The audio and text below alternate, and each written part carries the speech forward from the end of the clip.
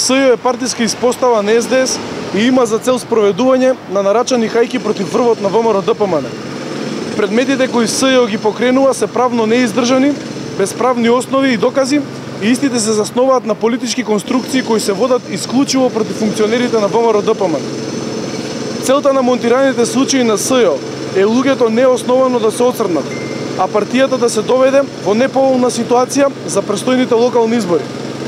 Мерките кои СЈО ги бара се правно неаргументирани, а истите служат само како материјал за медиумите на СДС за оцрнување на ВМРО-ДПМН во очите на јавноста.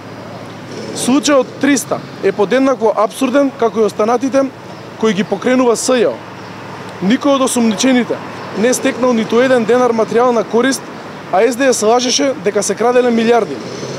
Впрочем, возилата уште се во сопственост на МВР и државата, а дел од тие кои беа набавени сега се во возниот парк на СЈО и ги управуваат нивните вработени.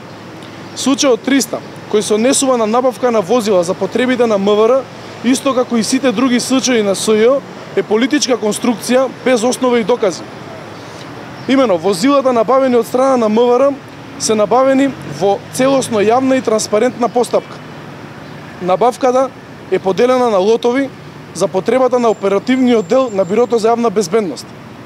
Целта била возилата да се различни по боја, производител и кубикажа, за да не се познава дека се полициски. Единствениот греф кој го гледа СЈО е дека требало да биде избрана само најниската понуда, што практично би значило избор на исти возила кои би биле впечатливи и по чие излегување на улица секој би знаел или би можел да претпостави дека се полициски.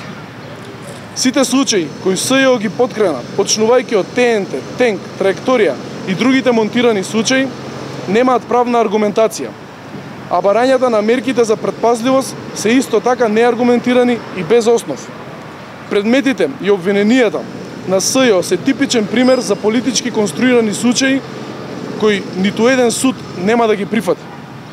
Целата хајка која СЈО и СДС ја водат против ВМРО-ДПМН со цел власта да може порелаксирано да ги исполни дадените ветувања за смена на државата, смена на името на државата, смена на името на јазикот, името на нацијата и воопшто идентитетот. Жалбите на СЈО пред апелација се само обид да се изврши притисок врз судот да не ја поништи одлуката на првостепениот суд. ВМРО-ДПМН како политичка партија и нејзините функционери, било како носители на партиска функција или во времето додека обавувале државна функција, работеле и работат согласно закон. Хајката која СЈО ја води за потребите на СДС нема никаква врска со правото, туку станува збор за чист политички криран случај.